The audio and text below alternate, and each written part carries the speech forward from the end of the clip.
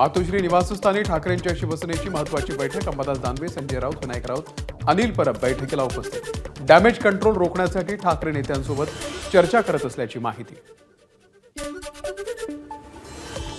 भास्कर जाधवांकडून ठाकरेंच्या शिवसेनेच्या विचार पद्धतीवरती बोट. शिवसेना राख असलेल्या निखाऱ्यासारखी फुंकर मारण्याची गरज निर्माण झाली आहे, भास्कर जाधवांचं विधान. भास्कर जाधवांशी चर्चा झाली आहे. जाधवांची खंत असेल तर तोडगा निघेल. भास्कर जाधवांच्या वक्तव्यावर राऊतांची प्रतिक्रिया. ठाकरेंच्या सेनेमध्ये क्षमतेपेक्षा काम करण्याची संधी मिळत नाही, त्यामुळे त्यांची नाराजी असल्यानं त्यांनी असं विधान केलं असावं. मंत्री शंभूराज देसाई यांची प्रतिक्रिया. उद्धव ठाकरेंच्या सेनेचे अनेक लोक संपर्कात. मुंबई महानगरपालिका निवडणुकीच्या आधीच ठाकरेंच्या सेनेचा सुपडा साफ होईल, मंत्री आशिष शेलार यांचा दावा. ठाकरेंच्या शिवसेनेचे नेते भास्कर जाधव यांचे चुलत बंधू माजी जिल्हा परिषद सदस्य बाळशेठ जाधव हे शिंदेंच्या शिवसेनेमध्ये प्रवेश करणार. सावर्डेमध्ये आमदार किरण सामंत यांच्या उपस्थितीत पार पडलेल्या बैठकीमध्ये प्रवेशासंदर्भात चर्चा. काँग्रेसचे माजी आमदार सहसराम कोरोटे हे करणार शिवसेनेमध्ये प्रवेश. विधानसभा तिकीट नाकारल्यापासून कोरोटे होते नाराज. आमगाव देवरी मतदारसंघाचे कोरोटे माजी आमदार. नाना पटोलेंनी सूड भावनेमधून विधानसभेचं तिकीट कापलं. काँग्रेसचे माजी आमदार सहसराम कोरोटे यांचा आरोप.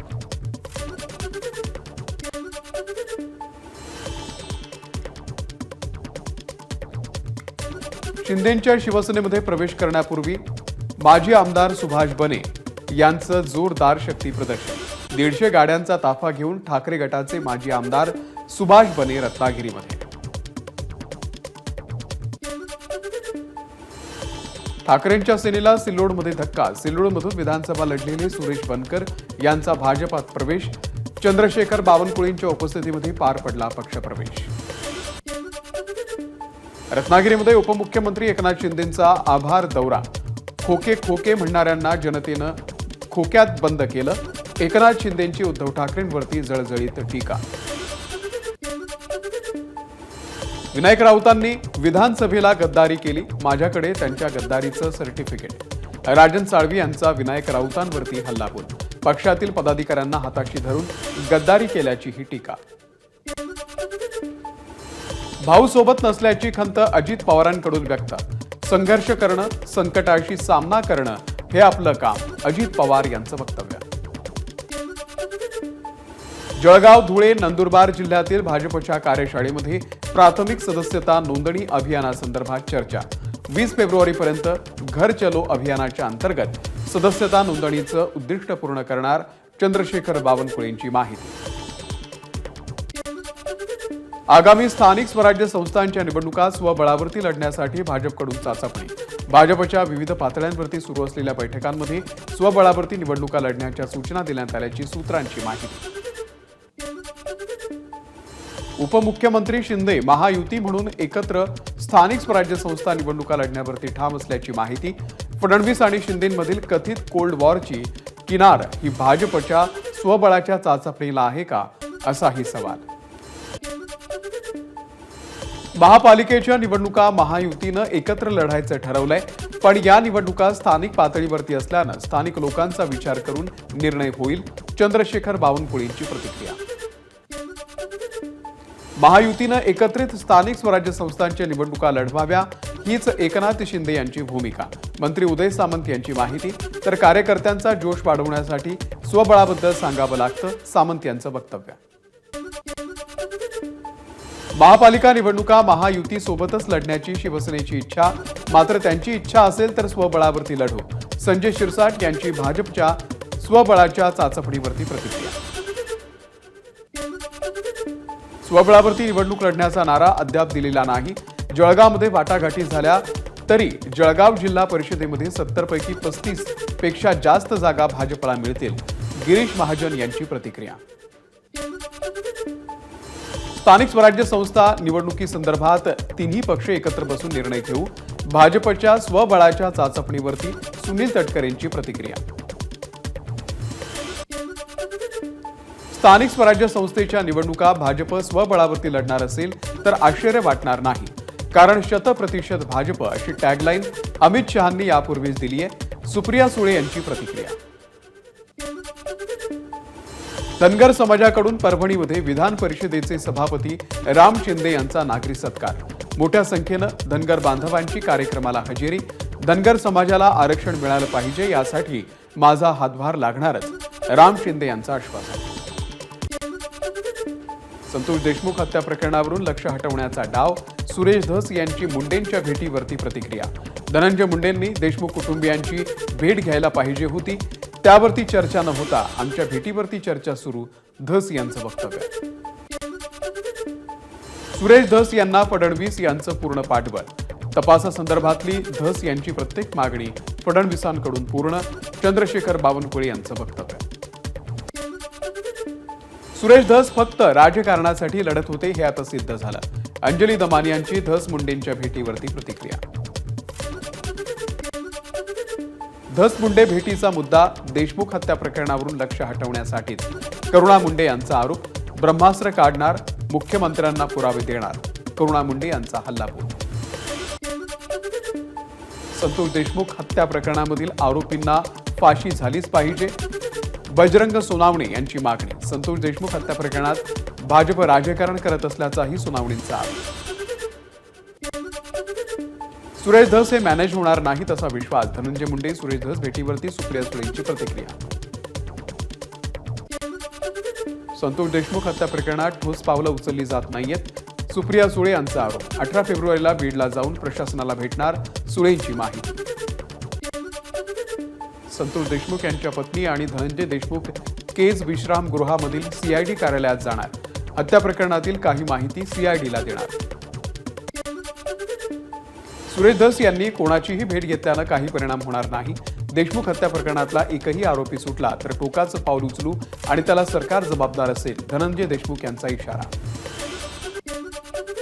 सुरेश धस यांच्यामुळेच महादेव मुंडे यांच्या हत्येची बंद झालेली फाईल रिओपन झाली. त्यांनी या प्रकरणामध्ये चांगलं काम केलं. या प्रकरणात न्याय मिळवून देण्यासाठी त्यांची मदत होईल, दिवंगत महादेव मुंडे यांच्या पत्नी ज्ञानेश्वरी मुंडे यांचं वक्तव्य. बीडमध्ये बंजारा समाजाकडून आमदार सुरेश धस यांचं बंजारा पोशाख घालून स्वागत.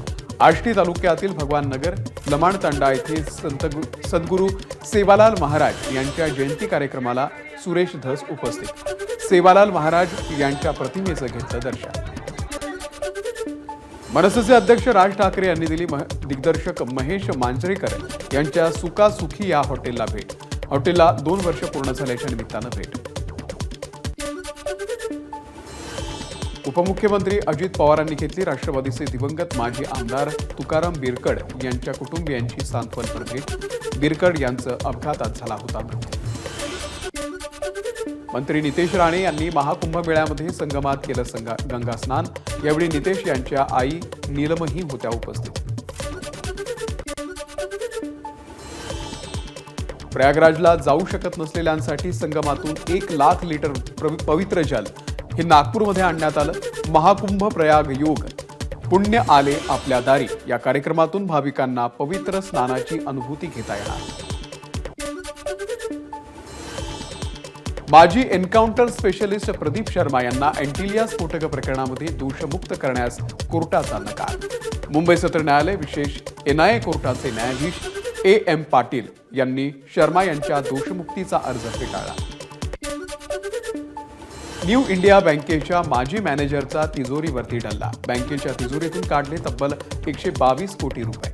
पदाचा गैरव्यवहार करून काढले पैसे, गुन्हा दाखल. न्यू इंडिया कोऑपरेटिव्ह बँक घोटाळा प्रकरणामध्ये बँकेचा माजी मॅनेजर हितेश मेहता पोलिसांच्या ताब्यात. हितेश मेहतावरती 122 कोटींच्या फेरफारीचा आरोप. रणवीर अलाहाबादिया अद्यापही नॉट रिचेबल. पोलिसांकडून रणवीरच्या वकिलाकडे विचारपूस. खार पोलिसांनी अलाहाबादियाला हजर राहण्यासाठी बजावलं होतं समन्स. मेहुल चोक्सीच्या मालमत्ता लिलावाला परवानगी. गीतांजली जेम्स लिमिटेडच्या मालमत्तेचा लिलाव करण्यास विशेष न्यायालयाची परवानगी. खटल्याच्या अंतिम निकालानुसार पैसे वितरित करण्याचे निर्देश. परिवहन मंत्री प्रताप सरनाईक 17 फेब्रुवारी रोजी 1 दिवसाचा गुजरात दौऱ्यावरती जाणार. तिथे गुजरात राज्य मार्ग परिवहन महामंडळाच्या बसस्फोट प्रकल्पाची माहिती देणार। वडोदरा येथील स्पॉट टॅक्सी चाचणी आणि प्रयोग केंद्रालाही देणार भेट। धुळे महानगरपालिकेमधील गैरव्यवहाराची चौकशी करावी, दोषींवरती फौजदारी गुन्हे दाखल करावे, या संदर्भात माजी आमदार अनिल गोटे आणि माजी नगरसेवक नरेंद्र परदेशी यांच्याकडून याचिका दाखल।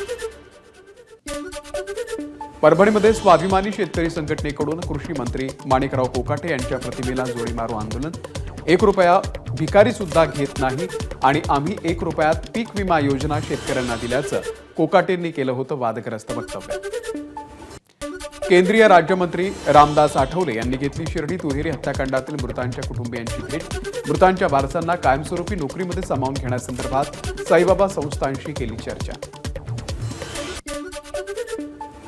माढा मुख्यालयामध्ये महिलेकडून पैशांची उधळण, अधिकाऱ्याच्या कार्यालयामध्ये पैसे उधळत महिलेची घोषणाबाजी। माढा प्रशासनानं चौकशी करावी, नागरिक आणि कर्मचाऱ्यांची मागणी। जुन्या वादाचा वचपा घेण्यासाठी फेक अकाउंटवरून महापुरुषांबाबतीमध्ये वादग्रस्त पोस्ट, मुख्य आरोपीला अटक। यवतमाळच्या पुसदमधली घटना। गडचिरोलीमध्ये कॉपीमुक्त अभियानाचा फज्जा। मुलचेरामध्ये 12वीच्या हिंदी विषयाच्या पेपरला चक्क उत्तरं लिहिलेली प्रश्नपत्रिकाच विद्यार्थ्यांना दिल्याचा धक्कादायक प्रकार।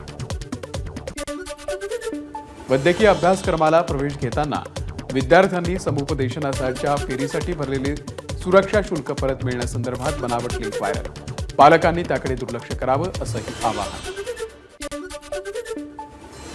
नंदुरबार जिल्ह्यामध्ये 5 मिनिटांमध्ये महत्त्वाची बनावट कागदपत्र तयार करण्याचा प्रकार। 100 ते 500 रुपयात तयार होतात उत्पन्न आणि जातीचे प्रमाणपत्र। पनवेलजवळ असलेल्या कर्नाळा किल्ल्यावरती मधमाशांचा हल्ला। मधमाशांच्या दंशामुळे पळत असताना पडल्यामुळे एकाचा मृत्यू तर 5 जण गंभीर जखमी। मुंबईच्या स्टर्लिंग सिनेमासमोर फ्रीमेन्शन इमारतीला भीषण आग लागली। इमारतीच्या परिसरामध्ये धुराचे लोट, आगीमध्ये 1 जण किरकोळ जखमी। अमरावतीमधील सार्वजनिक बांधकाम विभागाच्या जवळ दारूच्या दुकानाला आग, हजारो रुपयांच्या विदेशी दारूचं नुकसान। पंढरपुरात आढळले जीबीएसचे 2 संशयित रुग्ण, दोघांवरती खासगी रुग्णालयामध्ये उपचार सुरू। प्रशासनाकडून पंढरपुरात पाहणी सर्व्हे सुरू। नवीन आयकर विधेयकासाठी 31 सदस्यांची निवड समिती। भाजप खासदार बैजयंत पांडा समितीचे अध्यक्ष।